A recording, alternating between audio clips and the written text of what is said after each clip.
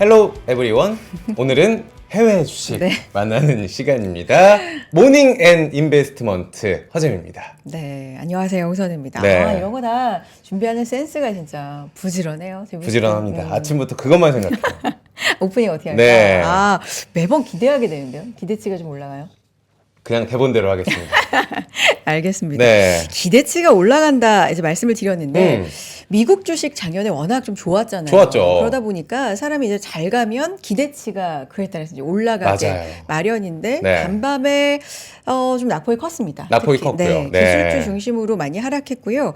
국채금리 10년물 국채금리가 이제 마감가 기준으로는 4.7%에 육박하면서 거의 뭐 네, 그래서 좀 주식에는 부담이 됐고 각종 지표도 견조하게 나오면서 금리 인하가 예상보다도 훨씬 더 좀 느려질 것이다. 그렇죠. 얼마 안 할 것이다. 뭐 네. 이런 예상들이 좀 시장을 지배하기도 했습니다. 네. 자, 그런 미국 주식 얘기를 왜 이렇게 드리느냐? 오늘 미국 주식 얘기하는 날이잖아요. 가야죠. 네. 미국 주식 얘기하기 전에 일단은 우리 시장은 지금 약보합으로 둘 다 들어섰네요. 네, 코스피가 약보합권 코스닥 0.5%대 하락 보여주고 있고요.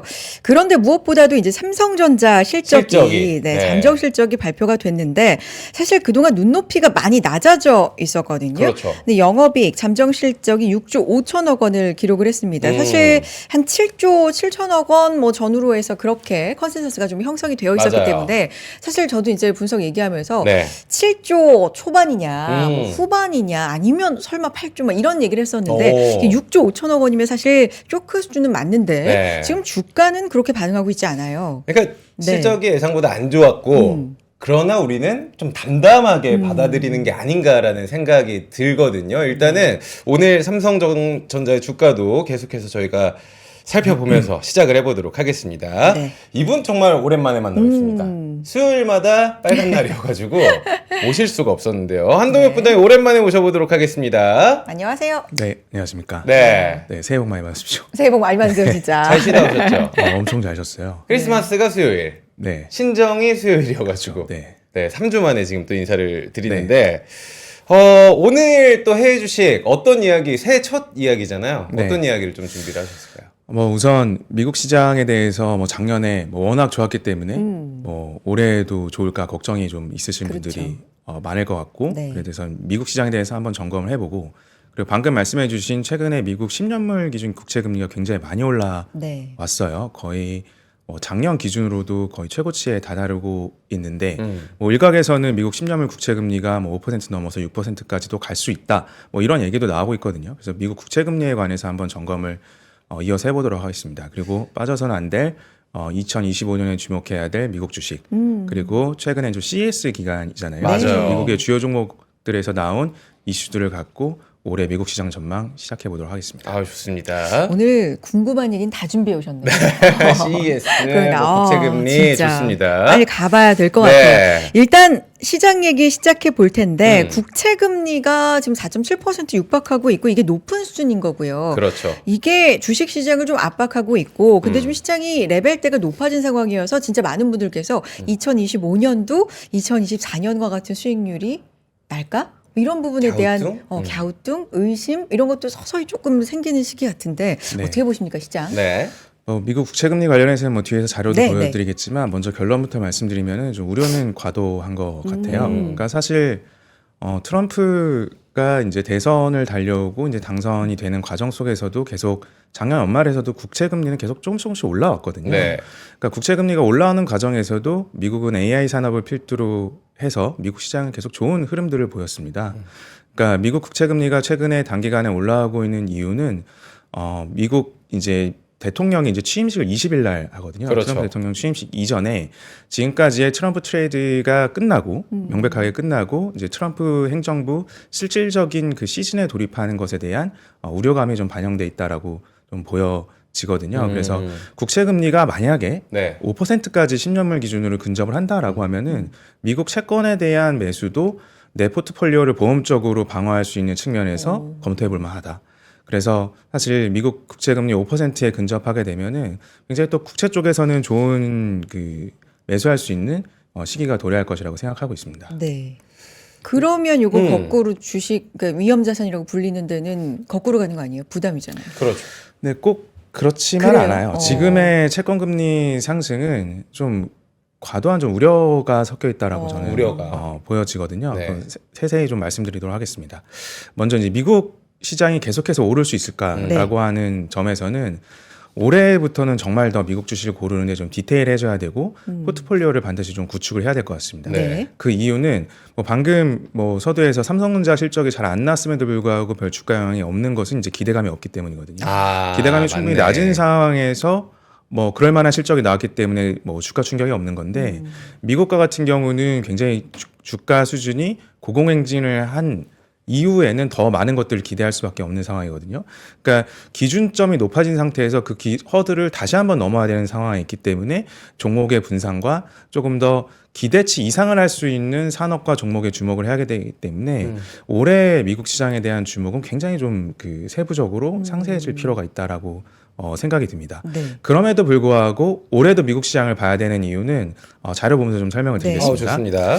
그러니까 미국 시장을 넘어서 지금 우리가 살고 있는 시대는 AI 산업의 지금 혁명 시대를 살고 있습니다. 이건 부정할 수 없는 굉장히 엄중한 상황이라고 저는 생각이 들고요. 미국 시장을 떠나서 우리가 AI 산업과 기업에 투자한다고 하면은 답안지는 하나밖에 없습니다. 네, 미국밖에 없어요. 미국과 이제 미국 내에서 AI를 선도해가는 기업밖에 없기 때문에 이 답안지는 사실 좀 명확한 상황이고요. 사실 어제 주가가 좀 많이 하락했기 때문에 엔비디아도 네네. 그렇고 미국 나스닥 지수가 많이 하락했는데 주가가 하락하면 좀 믿음이 분산되거든요. 아무래도 그렇죠. 네, 오르면 믿음이 강해지고 맞아요. 떨어지면 믿음이 약해집니다. 그런 상황에서 모든 게 헷갈린다면 기업의 의사결정을 한번 보시면 어떨까 싶어요. 기업의 의사결정은 굉장히 티스럽게 합니다. 티스럽게. 네, 기업의 목적은 이익을 내는 집단이기 때문에 네. 그 결정이 뭐 하루 이틀 사이에 나올 수도 없고 굉장히 장기적인 플랜 하에서 우리 기업의 영업이익이 극대화될 수 있는 방향으로 의사결정을 합니다. 근데 연초부터 한 두 가지 뉴스가 크게 보도가 됐었죠. 네. 소프트뱅크가 1,000억 달러, 뭐 하나로 치면 145조 원을 트럼프 재임 기간에 미국의 AI 산업에 투자를 하기로 결정을 했고요. 그리고 최근에 마이크로소프트가 무려 800억 달러를 이건 트럼프 재임 기간이 아니에요. 1년 내에 쓰기로 했어요. 118조 원을 미국의 데이터 센터와 그리고 AI 산업에 대한 교육, 그리고 휴먼 리소스에 대한 투자, 그리고 기업들에게 투자를 하기로 결정을 했습니다. 굉장히 큰 결정이고요. 이 이익이 가장 중시되는 기업들의 결정이 이렇게 크게 나왔다고 하는 거는 여전히 AI 산업의 가능성을 크게 보고 있다라고 우리는 해석을 할 수가 있고 우리의 미국 주식 투자 방향도 이에 결을 맞춰야겠다라고 생각을 해주시면 될 것 같습니다. 네. 그러니까 사실 손정희 회장이 굉장히 대단하다고 저는 다시 한번 평가를 하고 싶은 게 네. 이게 제가 어제 청와대 유튜브 들어가서 캡처를 다시 한번 했는데 네. 이게 2019년도 한 5월 정도에 손정희 회장이 한국에 방한했을 때 청와대에서 이제 대통령 포함하는 실무진과의 미팅에서 발표를 했던 거예요. 네. 앞으로 한국 경제 중요한 게 뭐냐라고 했을 때 2019년도부터 AI를 3번 외쳤었거든요. 그 전에 김대중 정부 때 외쳤던 거는 브로드밴드였습니다. 그러니까 인터넷이었고요. 그걸 이제 잘 받아들여서 우리나라가 인터넷 최강국이 됐었고 5G도 세계 최초 상용화를 했었고요. 그리고 AI를 그때부터 얘기했는데 진전이 더뎌요. 네. 그래서 사실 우리가 이제 볼 수 있는 거는 계속해서 좀 미국밖에 카드가 없는 상황이라고 좀 볼 수가 있는 게 네. 조금 아쉬운 현실이고요. 그렇죠. 최근에 이런 그 코멘트가 마이크로소프트 부회장 브래드 스미스 부회장이 이런 얘기를 했습니다. 4년을 AI 잘 준비하면 25년 먹고 산다. 야, 4년, 25년을 먹고 산다. 네, 제 이야기가 아니고 최근에 나왔던 브래드 스미스의 블로그 마이크로소프트 블로그에 올라갔던 이야기고 네. 그 대제목이 AI 황금기였어요. 근데 이제 우리가 신기술이 등장할 때 그게 이제 매스 어덥션 전체적으로 우리가 대중적으로 채택되는 그 기간들을 보면은 뭐 1910년도부터 1950년도 60년도까지 전기가 이제 채택이 되고 기간이 한 30년 더 걸렸거든요. 그리고 이제 자동차나 냉장고가 채택이 되고 보면 이제 자동차가 대중화되는 과정에서도 이런 캐즘의 구간을 겪거든요. 그러네요. 그러니까 우리가 지금 테슬라를 비롯한 전기차의 캐즘 구간을 이해하는 데도 굉장히 도움이 될 것 같습니다. 그러니까 뭔가 그 둔화되는 국면이 있지만 결국 대세의 기술은 채택이 된다. 근데 이 그래프에서 이 각 대표적인 기술이 채택되는 기간들을 보면은 기울기가 점점 이렇게 가팔라지죠. 네. 그러니까 채택되는 기간이 점점 짧아진다라는 겁니다. 그러니까 실내로 챗 GPT가 이 1억 사용자를 달성하는데 2달 걸렸어요. 야, 틱톡이 9달 걸렸고요. 네. 인스타그램이 30개월 걸렸거든요. 그 최근에 그 인스타그램에서 채택하고 있는 스레드 같은 경우에는 0.17개월. 그러니까 뭐 한 달이 채 안 걸린 거죠. 그러니까 이 새로운 기술에 대한 채택 속도는 굉장히 빠르고 AI도 사실 그게 언제 돼? 뭐 로보틱스가 언제 돼? 또는 뭔가 자율주행 완전 자율주행이 언제 돼?라고 이야기할 수는 있지만 네. 그 채택되는 시간이나 기술의 발전 속도는 우리가 경험했던 과거보다는 훨씬 빠를 겁니다. 그래서 우리가 과거에 경험했던 이런 기술의 발전 속도와 채택 속도를 갖고 앞으로의 AI가 언제 되겠어라고 이야기하는 거는 굉장히 위험한 사고예요. 우리가 생각하는 것보다 굉장히 빨리 결정이 될 거고 마이크로소프트에서 뭐 100조 원 이상을 1년간에 투자하면서 이야기하지 않습니까? 4년간 준비하면 25년 먹고 살 수 있다. 네. 그러니까 기업에 굉장히 중요한 이야기들을 했다라고 저는 보여집니다. 네. 그러니까 이 장표가 이거 이동규 부장이 2019년도에 만든 자료예요. 2019년. 네, 오늘 방송을 준비하면서 네. 동규한테 이제 2019년도에 만들었던 자료 좀 다시 달라고 했었어요. 이유가 있을까요? 그때 저희가 이제 AI를 주제로 했었거든요. 아, 19년도 말에 준비를 해서 2020년도 주식시장 전망을 했던 자료를 다시 한번 꺼내 봤습니다. 네. 2019년도 11월 세미나 자료인데요. 그때 세미나 제목이 홀리월드였어요. 완전히 새로운 이제 세상인데 알라딘. 네. 노래가 생각이 노래. 나네요. 네, 그게 이제 AI라고 저희는 19년도 말부터 강조를 해왔었고 4차 산업혁명의 구간으로 들어간다라고 하는 것들을 강조를 해왔었습니다. 그러니까 그 이유 중에 하나가 이 지금이 산업혁명 구간이야? 이렇게 하면은 잘 피부로 안 와닿을 수 있는데요. 네. 이거를 좀 도식화를 해보면 그동안은 어떤 기계의 발전, 디바이스의 발전을 통해서 뭔가 생산성의 향상을 불러일으켰습니다. 앞서 봤었던 어떤 전기의 발전이나 뭐 자동차의 발전이나 이런 것들은 기계에 연료를 주입해서 공장을 돌리거나 자동차를 돌리거나 여러 가지 산업 생산 시설을 돌려서 그 작동 원리로 생산성을 극대화시켰거든요. 근데 지금은 어떻습니까? 데이터를 기반으로 해서 AI를 학습시키고 그의 추론을 기반으로 한 판단을 해서 새로운 생산 수단을 야기를 하고 있습니다. 그러니까 저 같은 경우에도 최대한 좀 그 방송하기 전에 생생한 정보를 전달해드리기 위해서 하루 전날 그리고 오늘 아침까지 자료를 만들거든요. 아, 그렇죠. 근데 이게 물리적인 시간상 챗GPT가 없으면 불가능해요, 준비가. 그만큼 지금 AI를 활용할 수 있는 휴먼이 굉장히 큰 생산성을 이루고 있는 구간에 와 있습니다. 네. 그래서 당시에도 불과 뭐 4, 5년 전에도 이러한 논제들을 저희가 제시를 했었거든요. 네. 그때 당시에는 데이터를 어떻게 저장할 것인가. 그러고 나서 이제 엔비디아를 필두로 한 데이터 센터의 기업들의 주가나 경영 상황들이 굉장히 좋았습니다. 그리고 지금에 와서 이제 어떻게 활용할 것인가. 소프트웨어 기업들이 작년 하반기부터 굉장히 좋은 흐름들을 보이고 있고 지금까지도 이어지고 있죠. 네. 그러니까 대표적으로 브로드컴 같은 경우에 최근에 많이 언급되고 있지만 하드웨어와 소프트웨어가 두 개가 병합이 돼 있죠. 테슬라도 마찬가지입니다. 자동차라는 하드웨어 그리고 FSD라는 소프트웨어가 지금 결합되어 있는 상황에 지금의 현재 진행형에 와 있고요. 그러니까 앞으로는 결론적으로 우리의 생산성 향상에 어떻게 기여를 할 것인가까지 와 있는 상황입니다. 그래서 최근에 등장하고 있는 이야기들이 AI 에이전트. 그러니까 AI를 통해서 우리의 삶을 대신해서 그 도움을 주고 조금 더 생산성을 향상시키는 방향으로 지금의 우리의 시간은 계속해서 지나가고 있다라고 생각하시면 됩니다. 그래서 당시에 19년도, 20년도 초에 저희의 어떤 투자 슬로건이 Buy change, change your life. 그러니까 변화에 투자를 해야 되고 지금은 굉장히 굵직하게 지나가는 4차 산업혁명의 구간에 있다라고 말씀을 드렸던 게 기억이 나요. 네. 그게 아직도 현재 진행형으로 되고 있고요. 그래서 한 가지 좀 우리가 인문학적으로 좀 강조를 드리고 싶은 점이 네.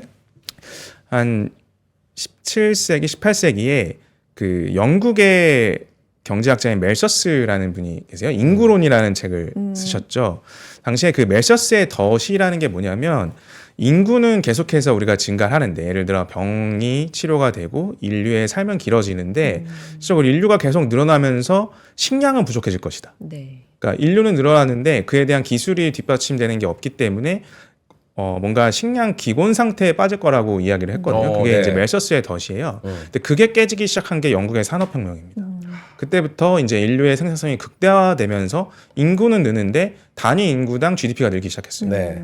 그러니까 지금의 그 구간이 이제 4차 산업혁명 구간에 있는 거고요. 우리의 삶은 계속해서 길어지는데도 불구하고 우리의 인당 생산성과 어떤 임금들은 늘어나는 상황에 와 있는 거죠. 그러니까 그런 것들을 주도하는 기업들이 2025년도에도 계속해서 우리의 투자 레이더에 있어야 되는 것들은 명확해 보입니다. 2019년 자료라고 하셨는데. 그런데 저는 오. 방금 만든 자료라고 그러니까. 해도 네. 똑같아요. 그러니까 지금도 저 논의가 활발하게 이제 이루어지고 있다는 거고, 지금 댓글에도 코로나 팬데믹이 이제 5년 전이라고 말씀해 주셨는데 딱 한 그 정도잖아요. 그 정도 됐죠. 19년 말부터 이제 시작이 돼서 딱 우리가 마스크를 20년 초부터 21년. 썼어요. 네. 뭐 그러니까 사실 그런 얘기도 있잖아요. 코로나가 이런 기술의 발전을 조금 앞당긴 것도 있다라는 얘기도 있기 때문에 2019년 자료인데 그거 생각 못 하고 보면 맞아. 이게 언제 건지 모를 정도로. 아까 제가 도표를 네. 봤을 때 그 산업혁명과 AI는 판단까지 나왔거든요. 근데 이제는 판단이 아니라 액션까지, 로봇까지, 여기까지 또 우리가 이어서 생각을 해볼 수가 있을까요? 이번 선생님? CES 봐도 그게 좀 와닿는 것 같아요. 네, 이번에 젠슨왕이 CS 딱 개막 하루 전에 네. 이제 첫 기조연설을 굉장히 크게 했거든요.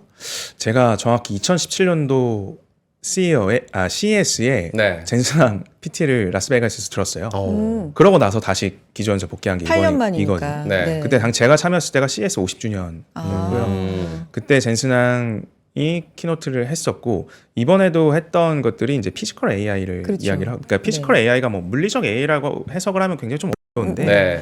그냥 하나의 주체가 된 AI를 이야기를 하는 겁니다.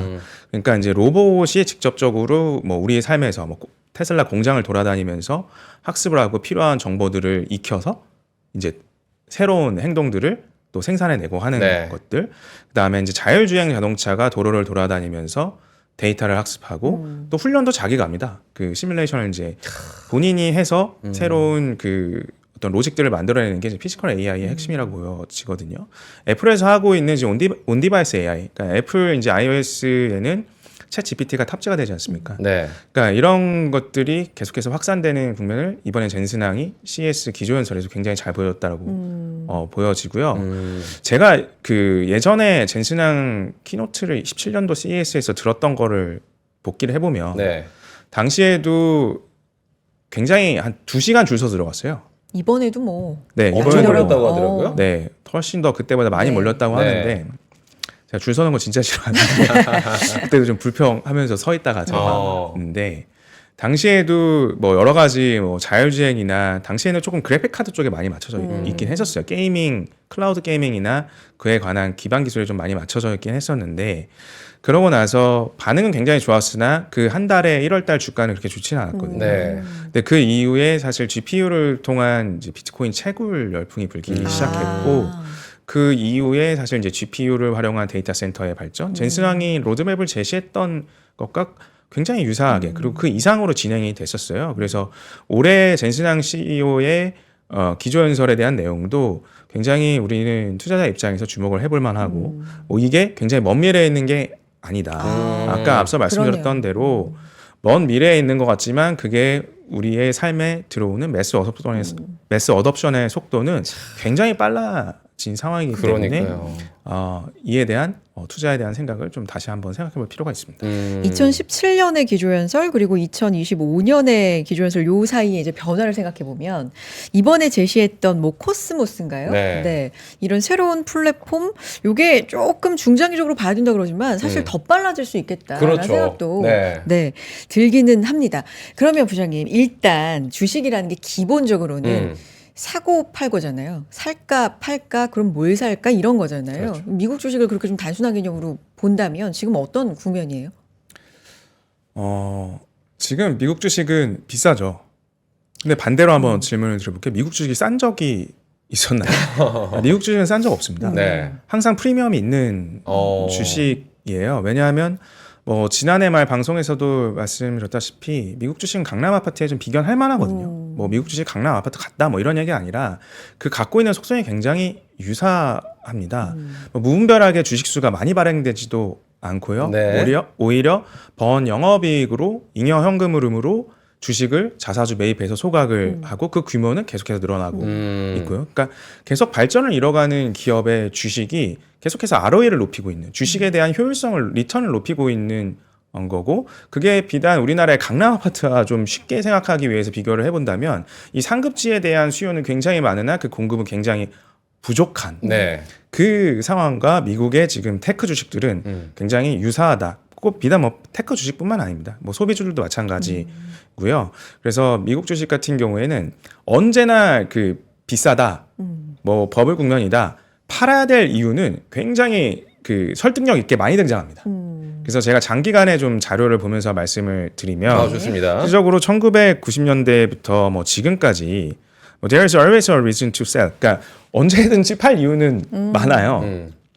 그러면서 S&P 500의 어떤 장기적인 흐름은 계속해서 올라왔거든요. 그게 이제 결국에 이익의 상승, 뭐 채권 금리의 안정화나 뭐 매크로의 안정화나 이게 아니라 결국 기술 발전에 따른 그를 이익력으로 연결시킨 기업의 발전을 따라서 온 역사거든요. 이건 이제 저희와 같이 미국 주식을 많이 코어하고 있는 아이엔캐피탈 파트너스 자료인데 네. 우량주를 빠질 때마다 사서 모아가는 이유가 여기에 있습니다. 그러니까 어제의 하락 같은 경우도 빠진 이유들은 굉장히 10개도 될 수 있어요. 그리고 지금 미국 주식이 비싸다고 하는 이유는 또 될 수 있어요. 하지만 반대로 생각해서 미국 주식이 프리미엄을 받는 이유를 생각하면은 사실 그에 대한 정당화가 좀 이루어질 수 있을 것 같고 오히려 미국 주식이 많이 하락해서 좀 공포감이 들 때는 오히려 기회로 접근하는 게 전 맞다라고 봅니다. 우량주에 한해서는. 그래서 미국 주식은 팔지 않는 게임을 해야 돼요. 팔지 않는 게임. 네, 사고 팔고 트레이딩의 게임이 아니라 네. 우량주와 기술 발전을 이뤄가는 산업의 큰 흐름을 가져가는 기업을 갖고 팔지 않는 게임을 하는 게 미국 주식을 대하는 어프로치입니다.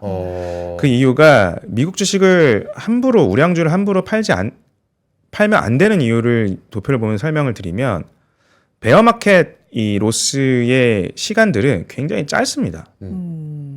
뭐 쉽게 좀 말씀드리면 짧고 강렬해요. 네. 근데 이 우량주들의 상승 국면은 뭐 50개월, 44개월, 뭐 61개월, 149개월 이게 장기간 연속된 구간을 보면 인터넷 혁명 구간이거든요. 아. 이때를 돌아보면 3차 산업혁명이라고 네. 우리가 추억할 수 있겠네요. 그리고 뭐 10년도부터 이 모바일 혁명 그리고 지금의 구간은 아주 초기 국면입니다. 그럴 수 있겠네. 그러니까 하락이 나온다 한들 굉장히 짧고 굵게 오고요. 그러니까 이거를 사실 미리 예견하기는 어렵고 네. 예견한다 한들 여기서 잘못 트레이딩을 하면 이 구간을 놓칠 수 있기 때문에 네. 미국 우량주를 함부로 그 포트폴리오에서 제거하는 거는 오히려 더 리스크가 크다라고 저는 생각이 들고요. 부장님 저 그럼 하나만 우리 강남 부동산 이야기를 굉장히 많이 비유를 해주시잖아요. 네. 상급지고 좋은 거 정말 잘 아는데 이 투자 대비해 가지고 더 오를 것 같은 대체제라든지 신도시를 바라보시는 투자자들도 계실 거란 말이에요. 그러면은 미국 말고의 대체제는 만약에 부장님이 보실 때는 있습니까? 아, 뭐 단호하게 없습니다. 와, 단호하게? 네.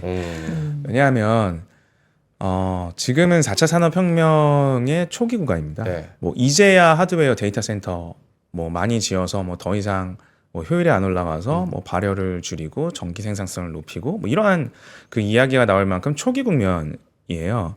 초기 국면에서는 1등 기업이 상당 기간을 굉장히 긴 기간을 리딩해 갈 수밖에 없습니다. 2위 기업이 끼어들 국면이 별로 없어요. 그러니까 지금 그 4차 산업혁명의 초기 국면임을 감안할 때는 1등 기업에 주목을 할 수밖에 없고 그거는 사실 미국 외의 대체제는 좀 찾기가 어렵다. 그래서 이거를 좀 명확하게 말씀을 드리자면 사실 제2의 테슬라, 뭐 제2의 엔비디아는 나오기가 어렵습니다. 그래요? 네, 어렵습니다. 뭐 브로드컴이 좀 위협하고 뭐 이런 것들. 이제 저는 개인적으로는 브로드컴의 에이직 방식과 엔비디아의 뭐 기존에 했었던 방식은 양립할 수밖에 없어요. 이게 서로 잠식하는 관계는 아니거든요. 네. 같이 발전해가는 관계이고 이게 뭔가 제2의 엔비디아, 제2의 테슬라는 저는 좀처럼 나오기 어렵다. 그러니까 지금의 데이터 시대의 싸움은 그동안 쌓아온 데이터가 너무나 막강합니다.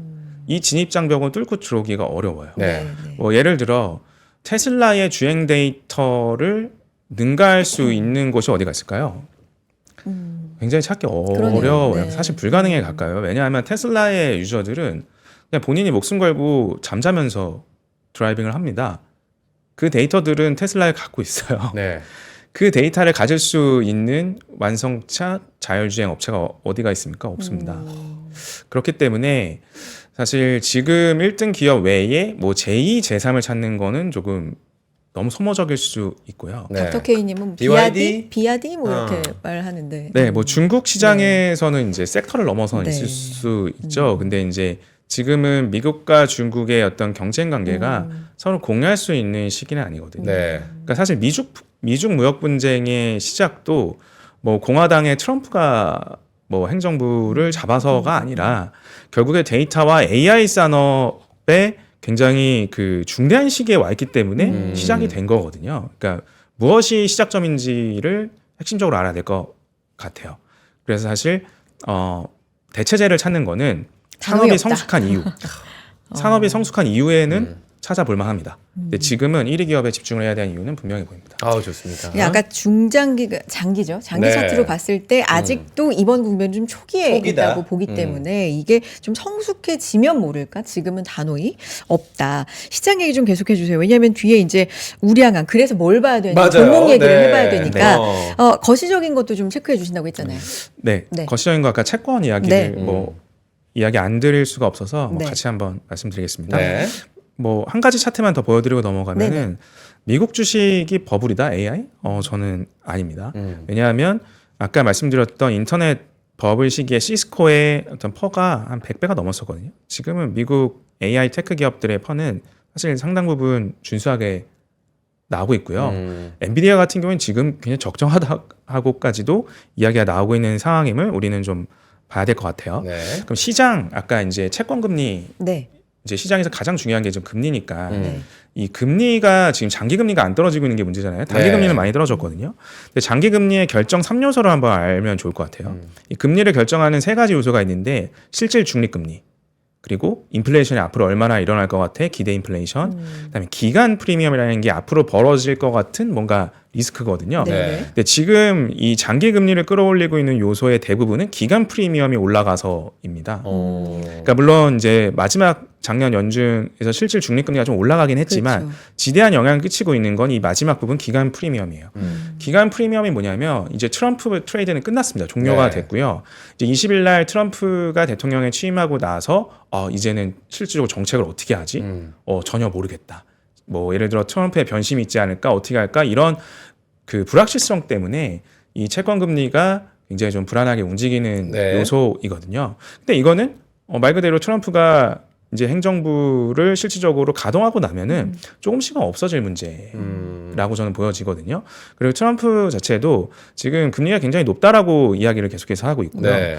최근에 미국에서 있었던 그 샌프란시스코에서 열렸던 미국 경제학회에 참여한 버냉키 전 의장의 네. 좀 이야기를 좀 빌려서 설명을 드려볼게요. 자료를 보시면 이런 이야기를 했습니다. 트럼프의 정책이 인플레에 미치는 영향이 굉장히 좀 미미할 것 같다는 거에 동의한다. 네.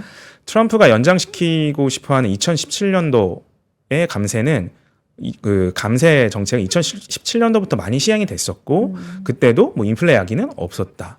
그리고 앞으로의 관세 정책도 예측하기 굉장히 어렵고요. 반대로 꺾을 수도 있다라는 겁니다. 네. 그러니까 결국엔 협상력을 올리기 위한 거지 실질적으로 모든 게 다 굉장히 과한 발언대로 적용이 되는 건 아니기 때문에 지금 이러한 여러 가지 뭐 이민 정책, 관세에 대한 것들, 재정 확대가 이런 앞서 보여드렸던 시장 금리를 굉장히 과도하게 올린다면 저는 앞서 말씀드렸던 시장 금리가 뭐 5%까지 근접한다라고 한다면 전 미국 채권에 대한 편입도 굉장히 해볼 수 있는 구간에 있다라고 생각이 듭니다. 네. 키 차트 하나만 보여드릴게요. 네네.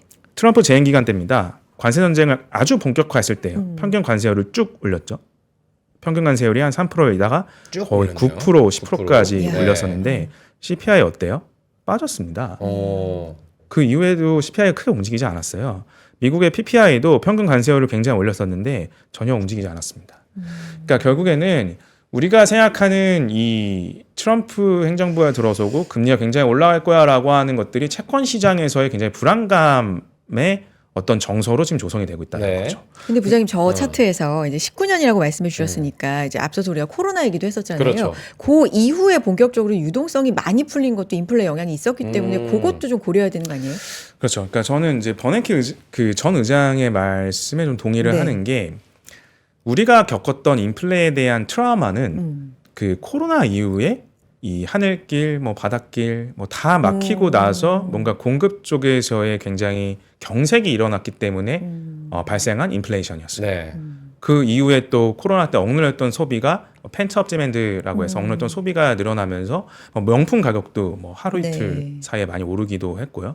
그런 트라우마의 인플레는 다시 보기는 어렵다는 거죠. 뭐 그런 그 전 세계적인 팬데믹이 다시 발생하지 않은 이상 또는 그와 견줄 만한 어떤 지정학적 리스크로 물가가 굉장히 뛰지 않는 이상은 그 트라우마에 지금까지도 사로잡힐 필요는 없다. 그러니까 연준이 선제적으로 그 중립금리를 높이고 금리에 대한 속도 조절을 하는 것이 그에 대한 트라우마를 지워주고 컨트롤될 수 있는 인플레 수준을 조정하겠다라는 네. 이야기거든요. 보험적인 차원이에요. 네. 그렇기 때문에 인플레에 대한 과도한 어떤 트라우마는 이제는 좀 지울 때가 되지 않았느냐라고 하는 게 뭐 제 주된 생각입니다. 그러니까 오히려 트럼프가 취임을 하면 더 시장이 안정될 수 있다라고 지금 바라보시는 거죠. 그렇죠. 지금의 어떤 채권 시장 그리고 뭐 재정 확대에 대한 어떤 불안감들이 조정이 될 거거든요.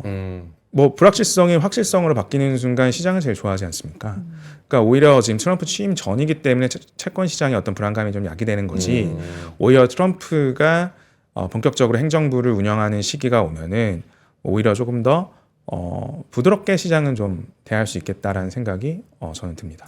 이게 이제 트럼프 취임 전이기 때문에 네. 시장이 좀 긴장하고 있는 것도 있고 눈치를 보고 있는 것도 있고 그래서 생겨난 일인지 모르겠지만 며칠 전에 워싱턴 포스트 보도 있었잖아요. 이제 보편 관세가 일부 품목에 향해서 뭐 좀 선택적 그렇죠. 관세라든지. 완화되는 거죠. 네. 근데 이게 트럼프 당선인은 바로 이 가짜 뉴스다. 아니다. 하기는 했는데 시장에서는 이 가짜면 이렇게까지 나올 리가 있나? 그러니까 이게 누가 흘리는 거야. 혹시 그런 네. 것도 고려가 그 내에선 되고 있는 거 아니야? 뭐 이런 건 이것도 일종의 불확실성인가요?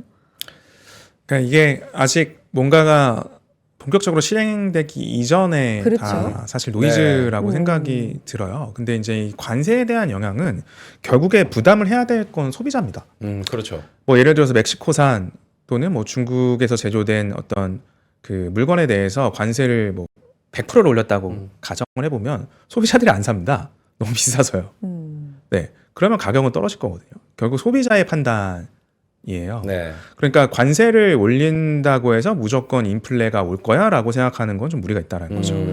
우리가 트럼프 1기 시기에서 봤듯이 사실 이거는 정치적인 어떤 협상 카드로서의 펑션이 훨씬 크지, 기능이 훨씬 크지, 뭔가 인플레를 야기하기 위한 또 그거를 뭐 트럼프 행정부나 연준에서도 방관하기는 좀 어렵거든요. 그러니까 조금 최근에 채권 시장은 좀 과도한 불안감이 좀 반영되는 과정 아닌가라는 생각이 듭니다.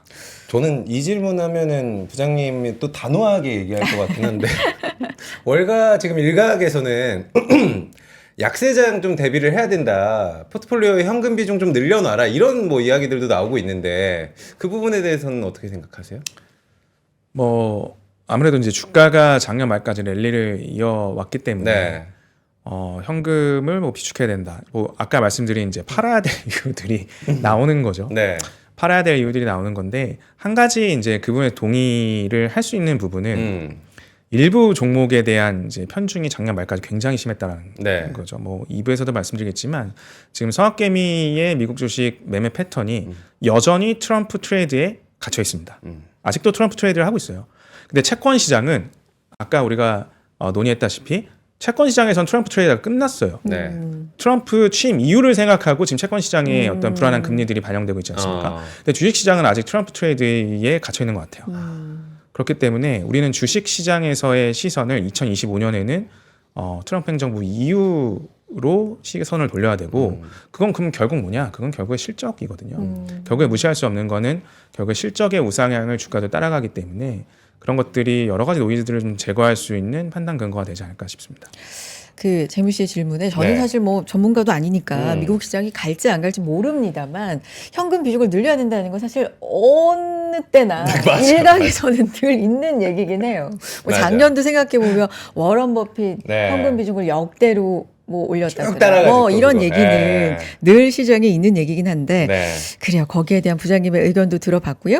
그래서 이제 채권 얘기 좀 마무리해 볼까요? 그래서 네. 5%를 만약에 간다면 혹은 뭐 넘는다면 그런 이것도 기사가 많아요. 일단 가정해 본다면 어떻게 해야 돼요? 5% 넘어가면 미국채를 사자. 포트폴리오에 사야죠. 네. 사는 포지션을 좀 고민하는 게 맞는 것 네. 같고요. 이게 23년도 말에 좀 시기랑 비슷해요. 조금 뭐 어려운 개념으로 이 수익률 곡선이 굉장히 스티프해진다, 좀 급해진다라고 네. 이야기를 하는데 23년도 말에 좀 그랬고요. 23년도 말에 10년물 국채금리 5% 갔었잖아요. 맞아요. 그러고 나서 24년도를 시작을 했던 건데 네. 지금 24년도 말, 25년도 초의 지금 모습이 23년도 말에 굉장히 유사합니다. 그때 이제 미국 국채금리가 5% 가까이 갔을 때도 그때는 계속해서 연준이 좀 금리 인상 하던 시기였고 네. 그럼에도 이제 5%까지 가니까 미국 이제 행정부에서 이제 구두 개입을 하기 시작했거든요. 금융당국에서 구두 개입을 하기 시작했고 지금은 그런 상황도 아닌데 5%까지 올라가면서 수익률 곡선이 굉장히 단기 금리는 내려왔는데 장기 금리가 올라가는 수익률 곡선이 좀 스티프, 좀 급격해졌다면 이에 대한 그 구두 개입도 미국에서 충분히 나올 수 있다라고 봅니다. 알겠습니다. 우리 CS, CS 잠깐, 얘기까지 우리가 못 들어볼까요? 가니까 맞아. 또 가봤던. 근데 예. 너무 가보고 싶긴 한 그 세상이에요. 그렇죠. 진짜. 오, 예. 너무 신기한 것도 많고. 뭐 줄 서서 기다릴 수 있어요? 저는 뭐 젠슨왕 그런 직접 보고 얘기를 듣는다 그 저한테 정도면. 알바비를 주면 제가 대신 서 줄 드릴게요. 서기? 예. 아, 나도. 그러고 저는 딴 데 가면 되니까. 그래요. 많은 분들이 CS, 특히나 올해는 어떤 걸 주목을 해야 되냐, AI냐, 양자냐, 로봇이냐, 굉장히 또 말들이 많은데 어떻게 뭐 팁을 좀 주신다면 어떤 게 있을까요? 그래서 뭐 CS에 대한 이야기들은 언론에 굉장히 많이 나왔기 맞아요. 때문에 뭐 누가 봐도 이제 AI 테마를 그렇죠. 기본으로 하고 있고 근데 이제 CS에 대한 환상은 좀 없었으면 좋겠어요. 그래요? 왜냐하면 그냥 코엑스에서 그 페어하는 것 같거든요. 베이비 페어 이런 거. 가보- 캠핑. 그거를 그냥 가보신 라스베가스의 입장에서, 거의 모든 호텔에서 전시관을 열고 한다라고 보시면 됩니다. 그래요? 규모는 어마어마한 네, 규모는 거죠. 굉장히 크죠. 근데 이제 한국 기업의 어떤 그 참가 비율도 굉장히 많이 높아졌고요. 뭐 가면 재밌긴 한데 뭐 이게 뭐 정말 엄청나게 큰 거냐 뭐 이렇게 또 환상을 가질 필요는 없습니다. 그래서 좀 남들이 안 보는 CS의 좀 함의점들을 좀 살펴보면은 그 CS의 포스터를 한번 같이 볼까요? 네. 메인 주제가 다이브인이에요. 몰입. 그러니까 다행이에요. 이제 4차 산업이 주는 어떤 뭐 AR, VR 또는 가상세계, 메타버스 이런 것들에 몰입을 해보자 하면서 이 모델이 이 안경을 쓰고 나왔는데 그러니까 저는 이 AI 에이전트와 더불어서 가장 중요시 될 만한 게 이 스마트 글라스라고 생각을 하거든요. 근데 이제 오른쪽 포스터가 이제 레이벤하고 메타가 만든 스마트 글라스인데 이게 뭔가 애플이 만들었던 비전 프로처럼 뭔가 거창해 보이나요? 일반한 안경 일반, 같은데요? 네, 일반 안경점에서 파는 안경 네. 같죠. 그러니까 이제는 티가 안 나게 우리가 일상생활에서 쓸 수 있는 용도로 AI 글라스가 이제 나오고 있습니다. 제가 이걸 작년 말에 주문을 했어요.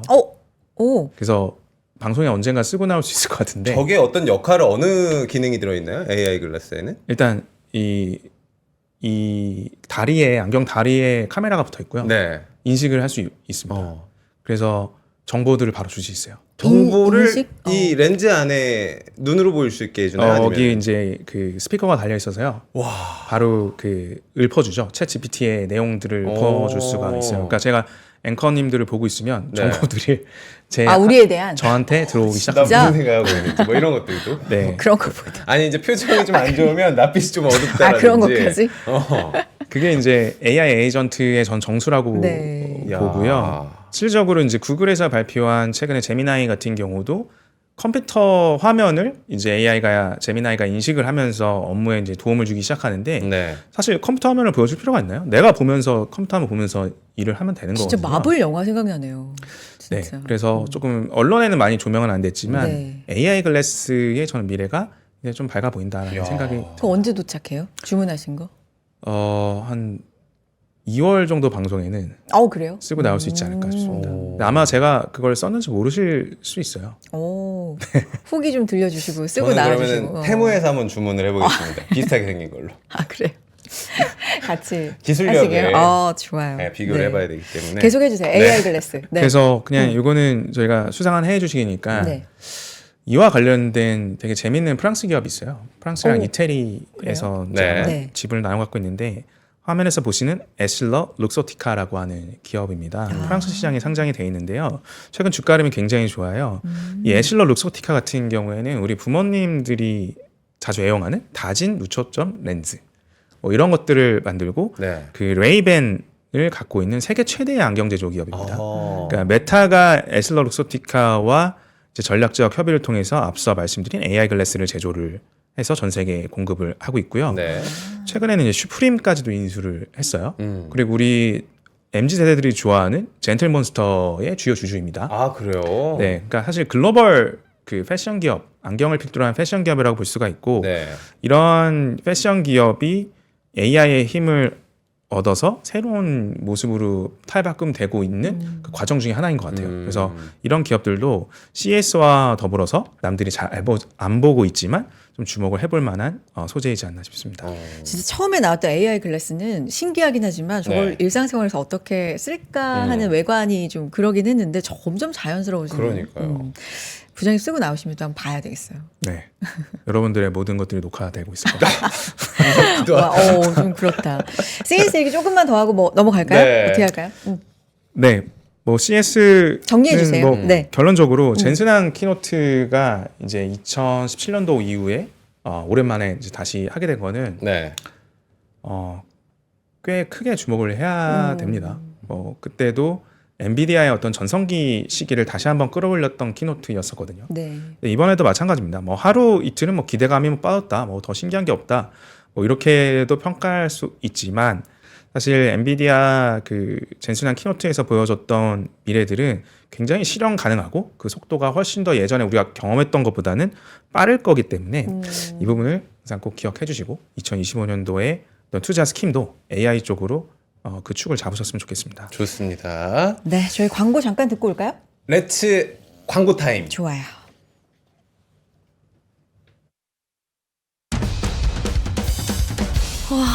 멋있다. 부러운가? 기본기 연습과 스트로크 훈련에 1532시간을 투자해 갖게 된 리듬이다. 나의 드럼도 나의 자산도 투자로 키운다.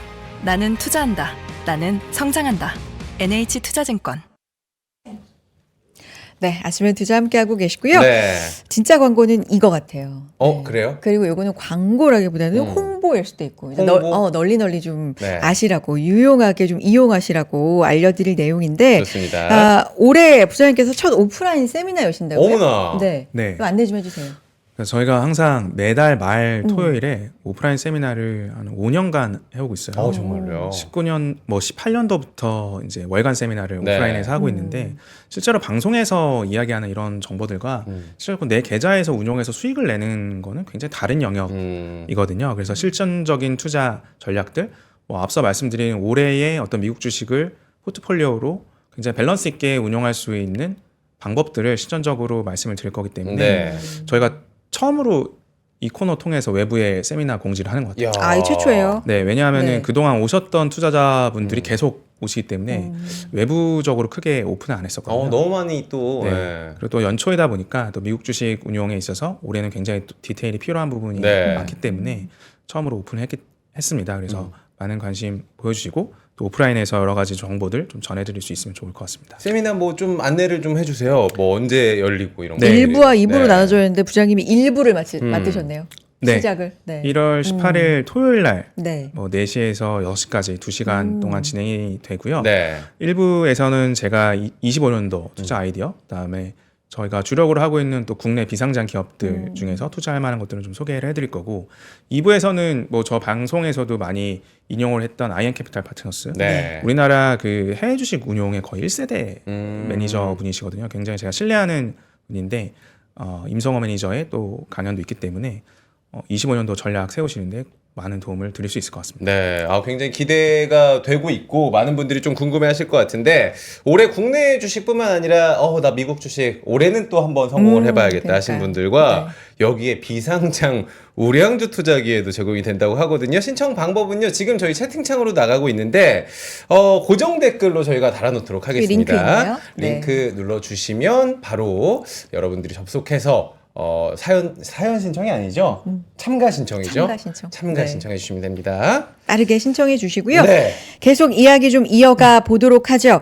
그래서 우리가 일명 서학개미 분들이라고 부르는 우리 그렇죠. 투자자분들 매매 현황부터 살펴보면서 지금 뭘 봐야 되는지로 한번 이어가 볼게요. 좋습니다. 네. 네, 본격적인 미국 주식 이야기 좀 네. 빠르게 진행해 보도록 하겠습니다. 그 앞서 말씀드렸다시피 채권 시장은 주식시장보다 훨씬 크거든요. 그러니까 먼저 트럼프 취임 이후에 고민들을 하고 있는데 우리의 어떤 미국 주식에 대한 매매 행태는 자료에서 보시는 것과 같이 아직도 트럼프 트레이드에 좀 편중돼 있다. 이게 이제 일주간의 예탁결제원 자료거든요. 테슬라, 테슬라 본주를 사는 건 전 괜찮다고 봅니다. 근데 이런 게 나오면 조심해야 돼요. 레버리지. 테슬라 2배 레버리지가 굉장히 큰 규모의 거의 본주와 견줄 만한 정도의 순매수 추이를 보여주고 있거든요. 그러네요. 이런 레버리지들이 순매수 상위에 등장했을 때는 항상 역으로 움직일 수 있는 가능성들을 좀 봐야 되고 이게 쏠림이 크다는 거죠. 레버리지까지 써서 특정 종목에 몰빵하고 있다는 거는 굉장히 좀 위험한 신호이기 때문에 채권 시장은 이미 그 이유를 보고 있는데 우리는 아직도 트럼프 트레이드에 너무 치우쳐 있다라는 것들을 좀 경계해야 된다고 보고요. 오히려 이 안에 없는 엔비디아 같은 경우에는 오히려 좀 볼만하지 않나라는 생각도 반대로 좀 듭니다. 여기 엔비디아 없어요? 네, 엔비디아가 오. 없습니다. 그러네요. 네, 그래서 오히려 조금 가격은 좀 부담이 없어지고 앞으로 미래를 더 많이 얘기할 수 있는 엔비디아 같은 경우에는 순매수 추이에 없는 것들을 보면은 좀 역의 발상을 좀 해야 되는 국면 아닌가 생각이 들고요. 이런 것도 항상 25년도에는 포트폴리오 내에서 적절한 비중을 유지하면서 해야 될 것 같고 그런 것들은 뭐 오프라인에서 더 말씀을 드릴 수 있을 것 같고요. 네네. 네. 특정 종목들에 대한 좀 이슈들을 좀 말씀드리면 테슬라는 저는 올해도 계속 뭐 좋을 거라고 보고 있고 포트폴리오에 있어야 되는 주식이라고 생각이 듭니다. 다만 이 테슬라의 작년 말의 상승부는 트럼프 트레이드 기간에 올해에 대한 많은 전망들이 녹아 있다. 그래서 25년도에 봐야 되는 거는 아까 이제 브로드컴의 사례에서 말씀드렸다시피 하드웨어의 성장과 소프트웨어의 성장이 같이 일어나야 돼요. 그러니까 신차 판매량도 결국엔 뭐 모델 Y 주니퍼라든지 모델 Q 같은 경우에도 네. 생산이 시작돼서 매출 기여를 해야 되고요. FSD의 채택률도 굉장히 높아지면서 구독률이 올라와야 됩니다. 이 두 가지가 담보되지 않는 이상 테슬라의 어떤 그 폭발적인 상승은 조금 더뎌질 수 있다라는 게 테슬라에 대한 좀 의견. 근데 제가 좀 너무 걱정하는 거 아닌가 싶은데 전기차가 특히나 이제 국채 금리에 좀 민감하다라고 얘기를 많이 하고 있고 뱅크 오브 아메리카에서도 이 투자 의견을 조금 바꿨어요. 매수해서 이제 중립 의견으로 바꿨는데 사실 이런 것들이 저희 같은 이제 주린이 같은 경우에는 기사 하나하나에 좀 흔들리긴 하거든요. 네네. 어떻게 보세요, 부장님? 그래서 사실 이게 테슬라를 내가 하나만 갖고 있으면 굉장히 많이 흔들릴 수 있거든요. 그러니까 사실 어제 같은 장도 나스닥이 많이 빠지긴 했지만 네. 좋은 테크주들을 우량주들을 갖고 있으면 사실 이런 단기적인 흐름에는 좀 흔들리는 거를 방지를 할 수 있어요. 근데 다만 이제 테슬라 같은 경우에는 앞서 말씀드렸다시피 내년에 장밋빛 전망들이 트럼프 트레이드를 통해서 다 수익률에 좀 반영이 됐다라고 보여지거든요. 그러니까 그 이상을 보여줘야 되는데 그거는 결국에는 하드웨어, 자동차의 매출과 네. 소프트웨어 매출, FS의 매출에 같이 찍혀주는 실적 발표가 중요합니다. 그게 단기간에 나오기 어려울 것 같아요, 사실. 단기간에 나오기는 어려울 것 같고 작년에 기저효과를 반영하더라도 그 하드웨어와 소프트웨어의 매출과 실적이 본격적으로 상승하는 구간이 내년에 몇 분기에 나올 수 있을 거냐라는 지점을 찾는 게 굉장히 중요해 보이거든요. 그래서 조금 뭔가 단기적인 시각에 테슬라에 대해서 많이 우려를 하기보다는 그 지점을 찾는 거를 올해 내에 좀 천천히 점검해 가는 게 좀 중요할 것 같습니다. 네. 다음 종목 한번 볼까요? 그럼 테슬라 다음 종목으로. 네, 엔비디아와 마이크로소프트를 언급을 네. 안 할 수가 없어요. 이 두 기업이 AI 산업은 끝나지 않았다는 것을 말해줬기 때문인데요. 그 이유가 아까 브래드 스미스의 그 마이크로소프트 부회장의 블로그를 보면은 아까 말씀드린 4년을 잘 준비하면 25년 먹고 살 수 있기 때문에 우리는 120조 원에 가까운 거를 1년 안에 투자할 겁니다. 라고 한 게 굉장히 큰 겁니다. 더 골든 오퍼튜니티 투 아메리칸 AI라고 아예 이름을 박았고요. 네. 트럼프 행정부에 요구를 해요. 그 역사 속에서 아까 말씀드린 파괴적 혁신, 그다음 4차 산업혁명이 진행되고 있는데 우리가 앞으로 트럼프 행정기에는 AI 산업의 발전을 더 가속화해야 되고 예전에 트럼프 1기 때 트럼프 대통령님께서 해줬던 AI 관련된 산업에 대한 행정명령 때문에 굉장히 도움을 많이 얻었고 그에 대한 게 2기에도 있어야 됩니다라고 촉구를 합니다. 그러면서 한 가지 이야기를 하는 게 우리가 네트워크 장비에 있어서 중국의 화웨이에 초기 어떤 산업은 잡았지만 후에 굉장히 밀리는 결과들을 보지 않았습니까? 라는 어떤 역사적인 교훈을 이야기를 해요. 그러면서 AI에 대한 주도권은 절대 뺏기면 안 되고 미국의 중심으로 다른 나라에 수출을 하는 것까지 확대를 해나가야 된다라고 강조를 하고 있습니다. 그러니까 굉장히 좀 그 무거운 글이에요. 미국의 그러니까 자기업의 어떤 이익을 넘어서 미국의 역사까지 좀 담겨 있는 뭐 그런 글이라고 저는 보여지고 네. 이런 것들이 어떤 기업의 결정단에서 나왔다면 우리 투자자는 항상 이 투자의 대상으로 좀 길게 좀 고민을 해야 되는 시기인 것 같습니다. 그래서 3번에 보면 중국 얘기도 잠깐 나오지만 그래서 더 중국 견제 이제 이 시스템에서 선점을 하고 이걸 뺏기지 않으려는 그렇죠. 네, 이런 그러니까 어떤 뭐 네. 되게 단기적으로 보면은 중국의 어떤 여러 가지 물건들에 관세를 높이면 이런 게 뭐가 중요하겠습니까? 그러니까 결국엔 그 압박을 통해서 중요한 AI와 데이터 산업의 패권을 우리가 가져가겠다는 거겠죠. 그래서 어떤 뭐 농산물, 일반 제조업 어떤 물품들은 별로 노관심이에요. 사실 미국 입장에서는 노잼의 영역이에요. 네. 재미가 있는 영역은 AI이기 때문에 그 핵심은 결국 뭐 정해져 있다라고 볼 수 있을 것 같습니다. 아니 근데 들으면 들을수록 우리 이제 미국 주식 얘기를 주로 지금은 하고 있는 그렇죠. 상황이니까 오 그렇구나 하고 하는데 이제 우리나라 생각을 하면 아 여기서 우리도 소외되면 안 되는데 우리도 뭔가 이렇게 탁 해 나가야 되는 이런 형 가치가 약간 이런 느낌. 생각이 계속 들어요 한편으로는. 맞아요. 그래요 미국 주식 얘기로 이제 본격적으로 이미 들어갔구나. 이미 하고 있어요. 그러니까 네, 마이크로소프트 얘기할까요? 한번 볼게요. 네. 네. 그 마이크로소프트는 아까 브래드 스미스의 전원이 가장 중요했기 때문에 뭐 그 부분은 대체를 하고요. 네. 그럴까요? 이제 좀 신규 종목 좋아요. 좋습니다. 네, 오늘 알아보면 또 좋을 처음 것 같아요. 만난 저는 처음 만난 친구 한번 소개해 주시죠. 25년도에 좀 볼만한 종목들 되게 많이 고심을 했었거든요. 네. 아마 여러분들 많이 아실 것 같은데 로블록스라고 하는 게임 기업 로블록스. 네. 네. 로블록스 같은 경우에는 시가총액이 한 397억 달러, 한 58조 정도 되는 미국 상장 기업입니다. 21년도에 상장을 증시 대비를 했고요. 그 이후에 주가는 굉장히 많이 조정을 받았고, 실적으로 뭐 작년 기준으로 해도 그렇게 많이 오르진 않았어요. 근데 이제 올해부터 주목을 해야 되는 거는 우리가 한 불과 2, 3년 전에 4차 산업 막 책들이 막 서점에 맞아요. 네. 질비했을 때 제일 많이 들었던 단어가 메타버스였을 맞아요. 거예요. 메타버스. 그 이후에 NFT 열풍이 불었었고요. 이 메타버스 어디 갔나요, 요즘에? 어디 뭐 버스 타고 갔나요? 네. 네, 이 메타버스의 시작은 게임입니다. 게임. 그 뒤에서 조용히 메타버스 세계, 오픈월드의 어떤 온라인 쪽에서의 오픈월드 게임을 주도하고 있는 게 이제 로블록스이기 때문에 올해부터 굉장히 유심히 봐야 되는 기업으로 설명을 드리고 싶습니다. 근데 이제 로블록스 같은 경우에는 자료를 보시면 언제 한번 들어봤는데 이런 생각이 드실 만한 게 지난 대선 토론 때 안철수 후보가 로블록스 10년 전에 투자해서 이게 그게 로블록스였구나. 2천만 원이 거의 1,300배 올라와서 250억 됐다. 이게 로블록스거든요. 야. 당시 이제 그 TV 토론인가 청문회 네. 때 나왔던 이야기인데 이 안철수 후보가 이제 안랩 시절에 알토스 벤처스라는 VC를 통해서 사실 초기 투자를 했던 게 이제 로블록스였고요. 네. 어찌 보면 굉장히 긴 안목을 성견지명을 갖고 봤던 것 같아요. 이 로블록스 같은 경우에는 데이비드 바스키라는 분이 창업을 했고 처음에는 이 어린이들이나 청소년을 위한 교육 시스템을 만들면서 시작을 했어요. 그래서 지금은 뭐 젠지도 아니고 그냥 알파 세대, 초등학생과 중학교 세대의 거의 절대적인 게임으로 자리 잡고 있는 상황입니다. 네. 근데 이 알파 세대들이 무엇을 주도적으로 하냐를 잘 봐야 되는 게 우리나라의 카카오톡의 초기 시절을 보더라도 10대들이 사용하기 시작했습니다. 왜냐하면 어른들이 없기 때문이죠. 우리들만 있기 때문이에요. 그러니까 방문 닫고 우리만 카톡 할 수 있기 때문에 카톡을 썼다가 네. 그들이 20대 되고 회사에 가니까 20, 30대 대리분들이 쓰고 그러니까 삼성시대 과장들이 쓰고 이러면서 이제 광범위해진 거거든요. 이제 로블록스도 그런 요소들을 갖고 있다라고 생각이 듭니다. 저는 로블록스가 유튜브처럼 될 수 있다고 봐요. 유튜브? 왜냐하면 성공의 네. 3요소가 유튜브 크리에이터 생태계와 굉장히 닮아 있습니다. 네. 로블록스는 누구나 들어와서 게임을 만들 수가 있고요. 그 게임을 우리는 할 수 있고요. 그 안에서 사실상 게임이라기보다는 커뮤니티를 형성하고 있습니다. 아. 그들의 SNS 역할을 하고 있어요. 그 안에서 경제도 돌아갑니다.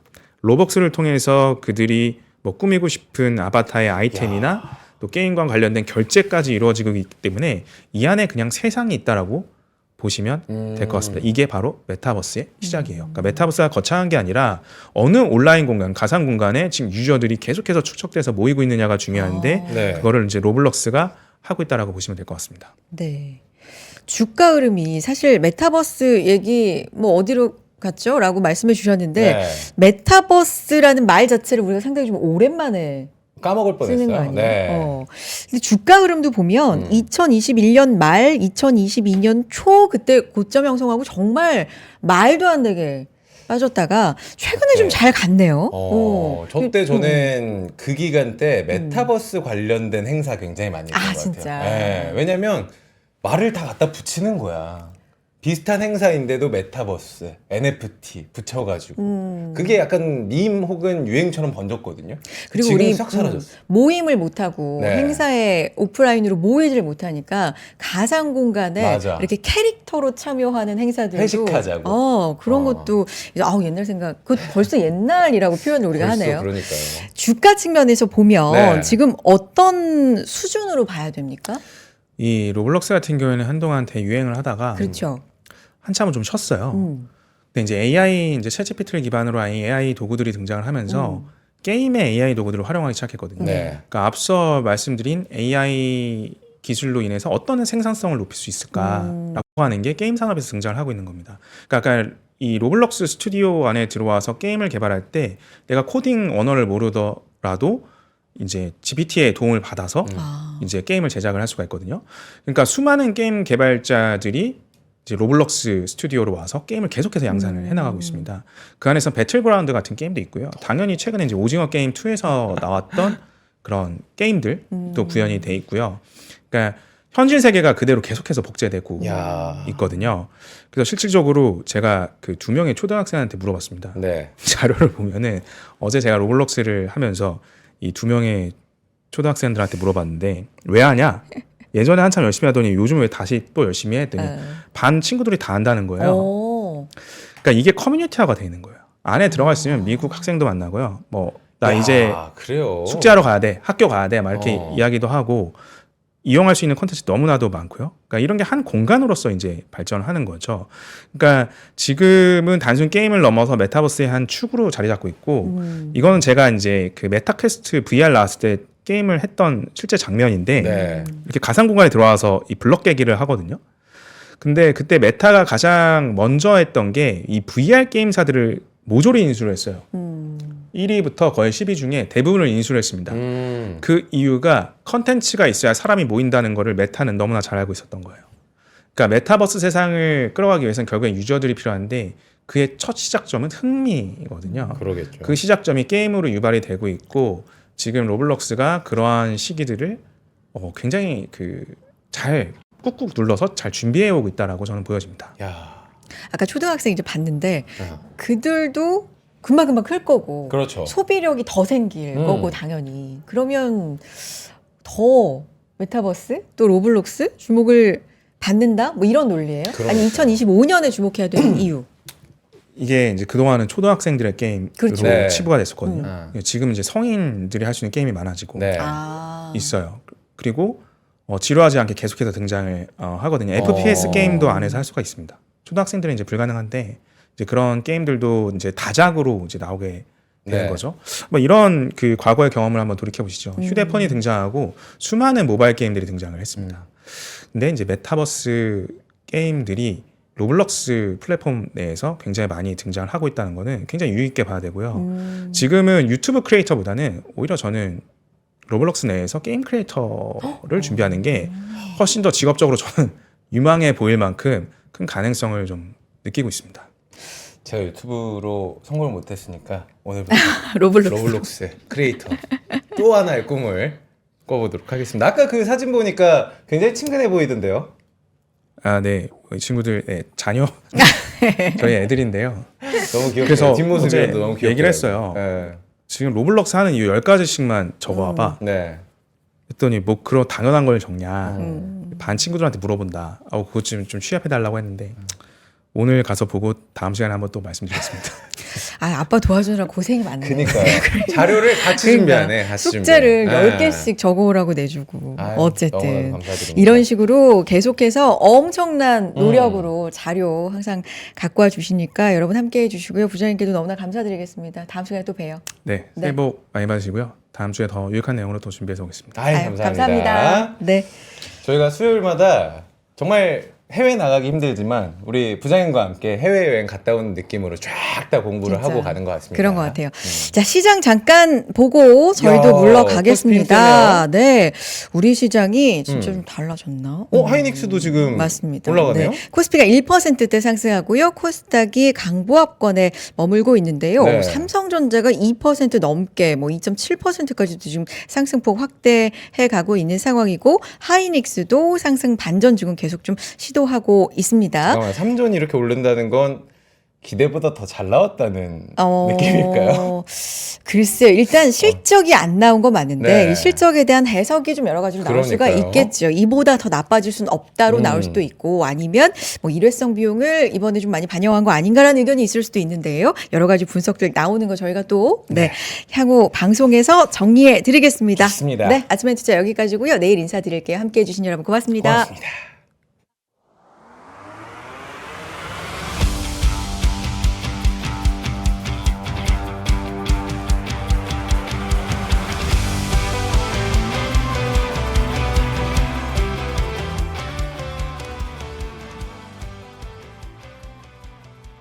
삶의 격을 높이는 9가지 지혜를 함께 나눕니다.